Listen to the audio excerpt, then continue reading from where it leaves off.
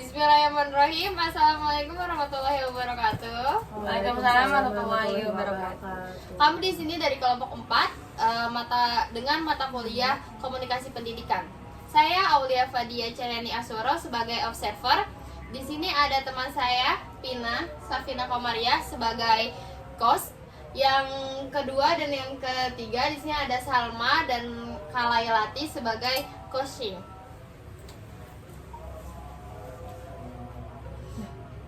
Boleh dijelasin dulu pada kali ini kita membahas. Emang iya? Iya, baru Oh, iya. di dua. Pada kali ini kami akan membahas terkait media pembelajaran di sekolah dasar. Selamat pagi Bu Salma dan Ibu Lairati. Pagi. Bu. Yes, di sini saya sedang merencanakan media pembelajaran untuk kelas 3 yaitu dengan materi perkalian. Kira-kira media pembelajaran apa yang cocok dengan materi pelajaran tersebut?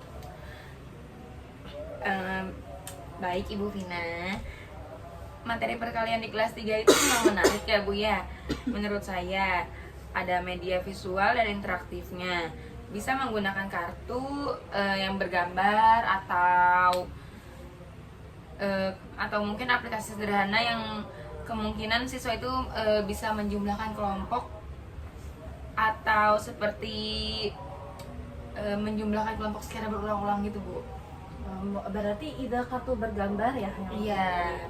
Nah, kemudian bagaimana cara membuat media pembelajaran tersebut itu agar tidak bosan kepada peserta didik? Kita bisa membuat gambar-gambar yang menarik sih Bu buat anak murid itu, kayak variasi kartunya, misalnya kartu dengan jumlah kelompok dikelompokkan. Berarti dibuat dengan lebih Semenarik menarik mungkin. Itu ide yang sangat bagus ya Bu. Terima kasih. Kemudian di sini juga saya sedang merencanakan sebuah media pembelajaran untuk kelas 1, yaitu materinya tentang bangun datar. Mungkin kira-kira media pembelajaran apa yang cocok untuk materi pembelajaran untuk materi bangun datar di kelas 1? Ya, jadi untuk bangun datar di kelas 1 itu Bu, media konkretnya seperti itu sangat efektif ya, kayak persegi panjang seperti bentuk pintu atau papan tulis dan jam dinding yang bentuknya lingkaran. Mungkin bisa disama-samakan seperti itu ya Bu ya. Selain itu kita juga bisa membuat model bangun datar dari kertas atau karton. Mungkin itu aja Bu. Jadi mungkin media pembelajaran untuk kelas 1 yang cocok yaitu benda konkret ya Bu ya? Iya. Mungkin apakah ada jenis media lain yang mungkin bisa kita gunakan untuk di sekolah dasar? Kita bisa mengadakan kegiatan kelompok ya Bu, benda berdasarkan bentuknya, misalkan membuat kolase, seperti itu sih. Baik, mungkin terima kasih ya Bu ya atas jawabannya. Saya kembalikan ke coach. Baik, untuk kesimpulan dari pemaparan yang telah Ibu Vina, Ibu Salma, dan Ibu Lailati sampaikan, di sini saya telah menyimpulkan percakapan yang sudah mereka diskusikan. Nah, dari semua yang mereka diskusikan, saya bisa menyimpulkan bahwasannya bahwa pembuatan media pembelajaran di sekolah dasar itu merupakan proses yang sangat penting diperlukan pertimbangan yang sangat matang. Beberapa poin yang penting diperhatikannya itu adalah pertama jenis medianya. Nah, jenis media yang beragam kan guru itu bisa dapat membuat berbagai jenis media, mulai dari media visual atau audio, terus bisa juga audio visual hingga beberapa berbasis teknologi. Nah, yang kedua yaitu bisa disebut dengan uraian kesesuaian dengan materinya. Nah, media yang bagus yang dipilih sesuai dengan materi yang ingin disampaikan oleh siswa. Jadi di situ juga bisa dipilih-pilih kita sebagai guru ini mau membuat media seperti apa sesuai dengan materi yang akan disampaikan oleh siswa. Nah, untuk selanjutnya itu ada tujuan pembelajarannya. Nah, adanya dibuatnya media itu untuk melengkapi suatu materi atau tujuan pembelajaran agar anak-anak siswa itu bisa mengerti, gampang masuk ke dalam otak, masuk ke dalam pemikiran itu dengan gampang atau mudah.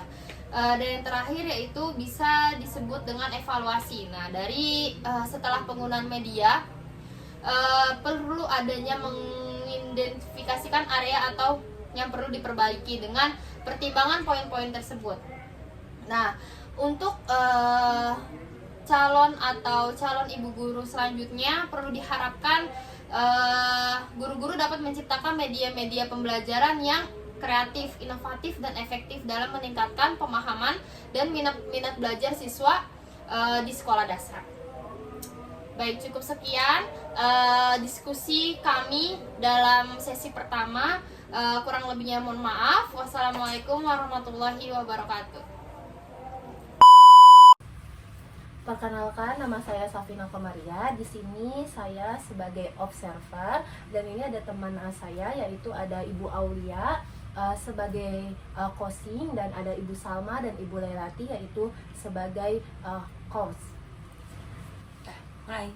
Dilanjut dengan sesi kedua yaitu pembahasan mengenai implementasi media pembelajaran di sekolah dasar. Oke, baik. Setelah kita membuat berbagai jenis media pembelajaran yang menarik, bagaimana sih Kak cara kita mengimplementasikan di dalam kelas agar penggunaannya efektif untuk siswa? Betul, berhubung pertanyaan mulai latih itu sangat bagus ya. Nah, yang pertama itu media pembelajaran yang efektif untuk disampaikan kepada siswa itu pertama kita harus memperkenalkan media yang kita bawa ke dalam kelas yang untuk disampaikan kepada siswa itu seperti apa, dikenalkan bagaimana cara kerjanya, terus juga bagaimana kita dapat menjelaskan kepada siswa bagaimana caranya atau hasil dari adanya media pembelajaran itu apa. Nah, kebetulan juga kan pasti adanya media pembelajaran pasti ada tujuannya. Nah, tujuannya ada media pembelajaran pasti sangat membantu kan untuk siswa belajar atau memahami materi yang akan disampaikan oleh gurunya. Jadi menurut saya itu sangat efektif. Cara efektifnya itu kita harus memperkenalkan medianya dulu, habis itu kita beritahu bagaimana cara kerjanya si media pembelajaran itu. Nah, baru diperbolehkan untuk siswa mencoba media pembelajaran tersebut. Seperti itu Ibu Leilati. Baik Ibu, sekarang saya mau bertanya, bagaimana jika ada siswa yang lebih cepat memahami materinya dibandingkan siswa yang lain? Dan apa perlu kita menyiapkan variasi kegiatan atau media yang sama? Nah, biasanya kalau pasti ada ya siswa yang gimana dia cepat menanggapi, mana yang lemah dalam menanggapi materi tersebut. Nah, kita kan adanya media pembelajaran ini kan kita bisa hampir menyesuaikan atau menyamaratakan. Jadi, ketika kita membuat media pembelajaran, kita harus melihat bagaimana siswa yang di atas atau yang di bawah itu cara memahaminya itu seperti apa. Walaupun mereka berdua, walaupun di antara mereka itu ada yang memiliki kekurangan atau kelebihan masing-masing, tapi kita sebagai guru membuat media pembelajaran pasti yang benar-benar efektif sampai siswa yang benar-benar menurut kita paling bawah itu mengerti. Contohnya seperti membuat kartu seperti itu kan. Jadi dalam menghitung dengan kartu itu kita bisa untuk membantu yang si si lemah ini memahami dengan kartu tersebut cara berhitungnya itu seperti apa gitu. Jadi kita bisa menyesuaikan, jadi nggak memikirkan bagaimana anak yang udah pinter atau yang belum, itu kita bisa menyamaratakan dari media yang telah kita buat itu.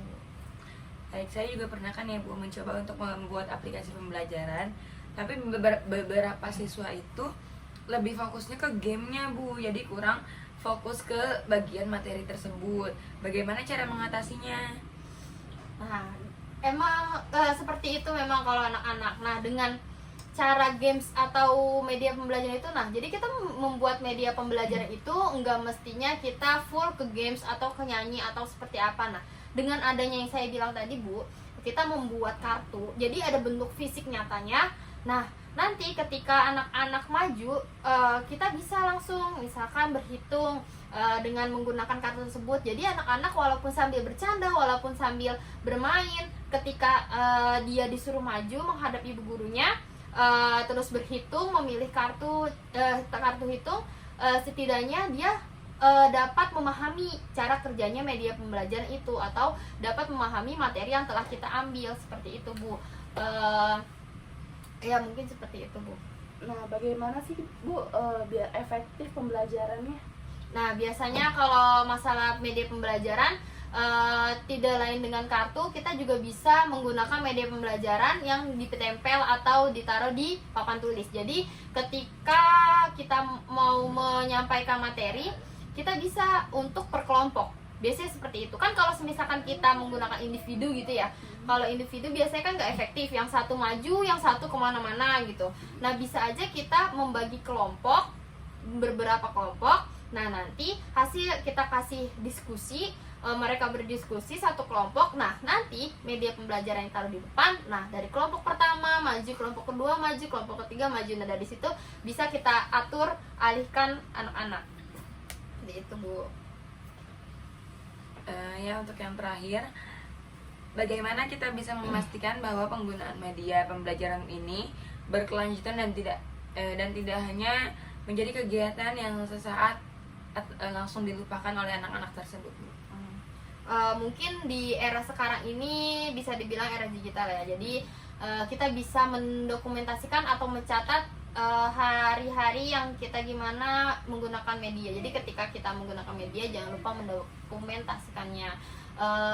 Walaupun jadi ketika sudah lalu, sudah lama, sudah merasa lama, anak-anak sudah lupa dengan, atau mungkin ingat ya, mungkin tapi sudah lama gitu kita lalui, bisa diulang kembali, bisa direview kembali. Jadi bisa media pembelajaran tidak selalu kita ganti, kita bisa mereview ulang yang dari awal sampai akhir, seperti itu mungkin. Ya, kesimpulan yang dapat diambil dari pertanyaan Ibu Salma dan Ibu Lelati dan dijawab oleh Ibu Ule, yaitu implementasi media pembelajaran ini memerlukan perencanaan dan pengelolaan yang cermat. Beberapa poin yang harus diperhatikan dalam implementasi ini, yaitu yang pertama mengenai pengenalan yang jelas. Jadi guru ini harus memperkenalkan media pembelajarannya ini dengan jelas kepada siswanya. Yang kedua yaitu keterkaitan dengan tujuan pembelajaran. Jadi media pembelajaran yang digunakan ini harus berkaitan dengan tujuan pembelajaran yang ingin dicapai. Yang ketiga yaitu ada aksesibilitas. Jadi semua siswa ini memiliki kesempatan yang sama untuk berinteraksi dengan teman yang lainnya. Kemudian yang keempat ada diferensiasi. Nah, diferensiasi ini menyediakan berbagai bentuk tugas atau pertanyaan dengan tingkat kesulitannya ini yang berbeda-beda sesuai dengan kemampuan siswa. Yang kelima yaitu fokus pada materi. Jadi dalam penggunaan media ini berbasis pada teknologi, guru itu harus perlu memastikan bahwa siswanya ini tetap fokus pada materi yang diberikan, bukan hanya sekedar aspek hiburan saja. Kemudian ada pengelolaan kelas. Jadi penetapan aturan yang jelas yang diberikan oleh kepada guru ini agar lebih efektif ketika kegiatan pembelajaran. Kemudian ada pendokumentasian. Jadi setiap kegiatan yang dilakukan oleh guru itu didokumentasi ya, agar efektivitas dan pembelajaran ini lebih menarik dan lebih baik. Kemudian dengan memperhatikan aspek ini, diharapkan media pembelajaran ini dapat membantu siswa ketika dalam proses belajar dan memiliki dampak yang positif terhadap proses kegiatan belajar mengajar. Mungkin cukup sekian dari kelompok kami. Kurang lebihnya kelompok kami mohon maaf.